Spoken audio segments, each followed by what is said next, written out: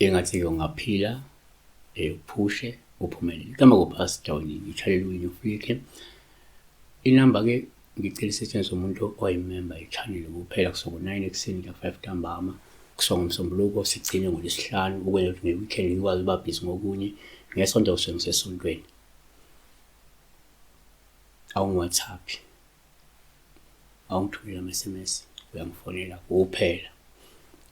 Uzinhle Duma, sawubona baba.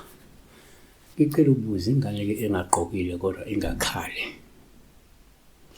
So Uzinhle dreamt of a child that was naked, but the child wasn't crying, but was naked. Ngake singakusho. Number one, ngokwesintu, uma uphupha ingane encane, uPawulu ubuma ingqono. Lokho kungakhomba ukuthi kungenzeka kunengane eyashona okudinga uyigqokise ngokosiko lokwembathiswa komuntu ongasekho.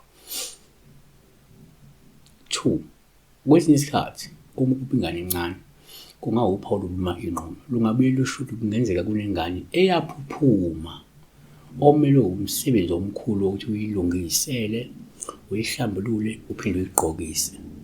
Okay. 3, kuyenzeka uma uphupha ingane encane kube uPawulu ubuma ingqono. Lokho lungasho ukuthi kungenzeka ikhona ingane eyahushulwa futhi kudingeka usukume uyilungisele, uyigeze, uyigqokise ngokushesha. Siyabonga kakhulu-ke esibheka lapho uphupha ingane engqono.